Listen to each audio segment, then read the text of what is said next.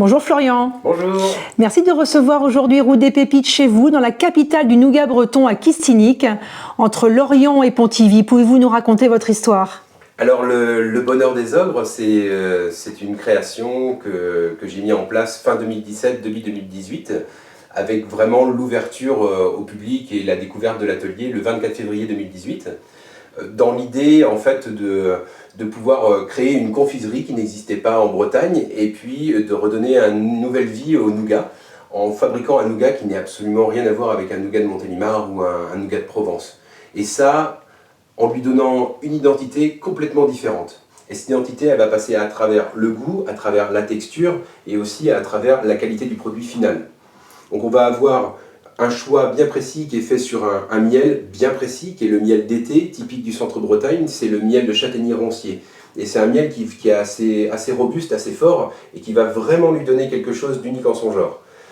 On va travailler la texture aussi pour avoir quelque chose de fondant, quelque chose qui va pas casser les dents, qui va pas être élastique et coller les dents. On va avoir vraiment quelque chose qui va fondre en bouche et qui va dissiper toutes ces saveurs dans le palais. On a l'utilisation principale du miel, on a 30% de miel à chaque fois dans chacune des tablettes. Il n'y a pas de sirop de glucose, pas d'additif, pas de colorant, vraiment pas de cochonnerie à l'intérieur.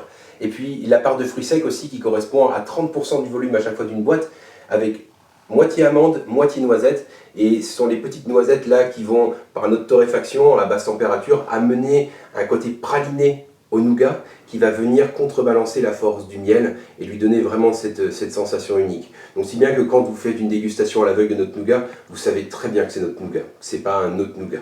Ça c'est vraiment notre atout. Donc dans la création, le tout premier ça a été notre nougat nature. C'était vraiment le tout premier qui a tout déclenché. Est venu ensuite, parce qu'on est toujours aussi curieux et créatif, on s'est dit on va faire un Bretagne oblige au caramel beurre salé, toujours avec ce beurre de la fromagerie d'Eugénie, qui est un beurre fermier de vraiment très haute qualité, qui est produit à Languédic, juste à côté, qui va nous permettre de créer le caramel que ensuite on va venir intégrer. On utilise aussi dans ce caramel beurre salé de la fleur de sel de chez Nathalie Krohn, la paludière du Golfe, qui est à Saint-Armel dans le golfe du Morbihan, qui est une paludière qui est en nature et progrès et qui fait vraiment un sel d'exception. Donc on est parti de là, on a ensuite fabriqué différents types de nougat, à la myrtille, à la cerise, au citron, à l'orange, à la cacahuète, au chocolat.